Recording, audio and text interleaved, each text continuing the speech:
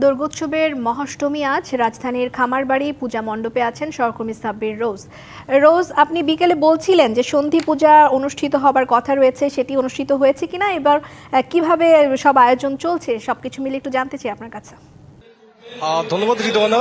আমরা আছি ধানমন্ডি পূজা মণ্ডপ, যেটি ধানমন্ডি সার্বজনীন পুজো উদযাপন কমিটির আয়োজনে করা হয়েছে। এবং আপনি জানেন যে মূলত মহাষ্টমী একটি তাৎপর্যপূর্ণ দিন। আজকে তাদের দুর্গাপূজার যে কয়েকটি দিন রয়েছে তার মধ্যে মূলত আজকের দুটি আনুষ্ঠানিকতা থাকে। সেটি হচ্ছে যে কুমারী পূজা, যেটি সকালে অনুষ্ঠিত হয়, এবং সন্ধি পূজা, যেটি তিথি ধরা হয় অষ্টমীর শেষ 24 মিনিট এবং নবমীর শুরু 24 মিনিট, অর্থাৎ 48 মিনিট এই তিথি থাকে। এবং আমরা যে লক্ষ্য করেছি যে আজকে বৃষ্টি ছিল, বৃষ্টি উপেক্ষা করেই শত শত সনাতন ধর্মাবলম্বীরা তাদের পূজা নির্বিঘ্নে করছে। তো আমরা একটু আনুষ্ঠানিক বা আচার অনুষ্ঠানের বিষয়ে আমাদের সাথে পুরোহিত রয়েছেন, আমরা তার কাছ থেকেই শুনবো আজকে এখন পর্যন্ত মূলত কি কি আনুষ্ঠানিকতা হয়েছে এবং বাকি রয়েছে আর কি।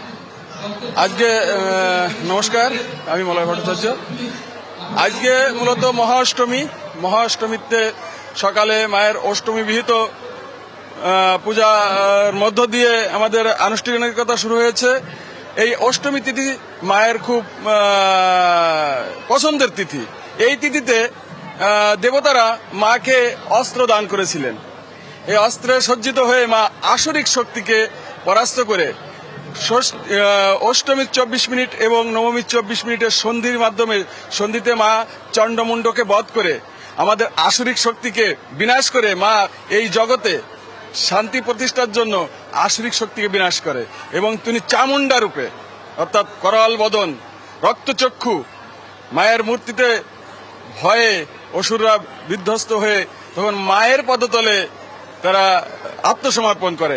ধন্যবাদ আপনাকে। আমাদের একটু সময় স্বল্পতা রয়েছে। হৃদয়, আপনি শুনছিলেন যে আজকে অসুর বধের যে বিষয়টি রয়েছে এবং কুমারী পূজার বিষয়টি তো রয়েছে। এখন আনুষ্ঠানিকভাবে এই অষ্টমী চলমান এবং সবকিছুই নির্বিঘ্নে হচ্ছে। আইন শৃঙ্খলা পরিস্থিতি থেকে শুরু করে সবকিছুই আমরা যথেষ্ট অনাড়ম্বর পরিবেশে পেয়েছি। বেশ আনন্দ উৎসবের মধ্য দিয়ে পূজা চলছে। ধানমন্ডি পূজা মণ্ডপ থেকে সাব্বির রেজা, আপনাকে ধন্যবাদ, আপনি যোগ দিয়েছিলেন।